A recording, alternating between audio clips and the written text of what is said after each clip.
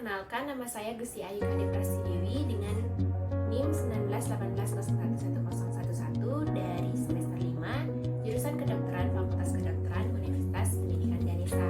Pada kesempatan kali ini, saya akan melakukan pembacaan atau melakukan interpretasi EKG 12 lead atau 12 sadapan sebagai pembuatan video CSL atau tugas akhir dengan tema Basic Life Support and ECG. Kemudian, kasus yang akan saya gunakan adalah pasien yang mengalami non-ST elevasi myocardial infarction atau NSTMI dan sering disebut juga dengan infak miokard tanpa adanya peningkatan dari segmen ST. Baiklah, itu dia tadi perkenalan singkat yang dapat saya sampaikan. Selamat menyaksikan. Identitas pasien biasanya dapat dibaca di bagian pojok kiri atas kertas EKG, kemudian pembacaan kalibrasi ditujukan untuk melihat gambaran jelas EKG, dan untuk kali ini kalibrasi yang tertera adalah kali 1. Pada irama jantung terlihat adanya gelombang P yang reguler, positif di lead 1, 2, dan AVF, serta negatif di AVR, serta gelombang P diikuti oleh gelombang QRS, sehingga ini merupakan irama sinus yang ritmis. Frekuensi di denyut jantung dapat diukur dengan cara 300 dibagi jumlah kotak besar antara RR interval jika teratur atau reguler.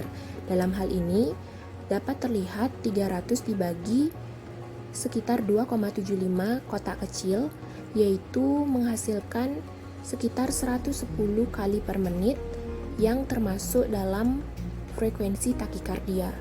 Untuk menghitung aksis jantung bisa menggunakan resultan vektor kompleks QRS di lead 1 dan lead AVF karena kedua lead tersebut memiliki posisi yang saling tegak lurus.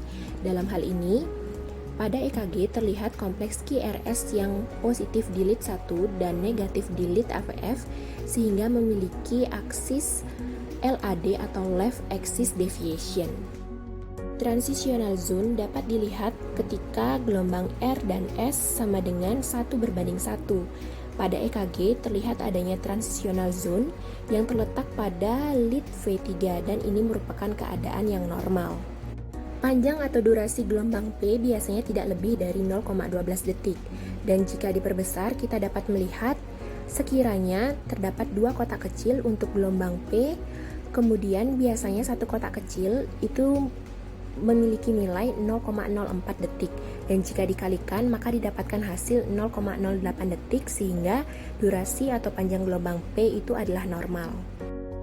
Tinggi atau amplitudo dari gelombang P memiliki maksimal 3 mm atau 0,3 mV. Pada gambar terlihat sekitar 3 kotak kecil di mana satu kotak kecil memiliki nilai 0,1 mV sehingga nilai dari amplitudo gelombang P adalah 0,3 mV dan masih dalam batas normal. Nilai interval PR normal adalah 0,12 hingga 0,20 detik. Pada gambar terlihat interval PR dengan panjang sekitar 4 kotak kecil yang dapat dikalikan dengan 0,04 sehingga menghasilkan 0,16 detik.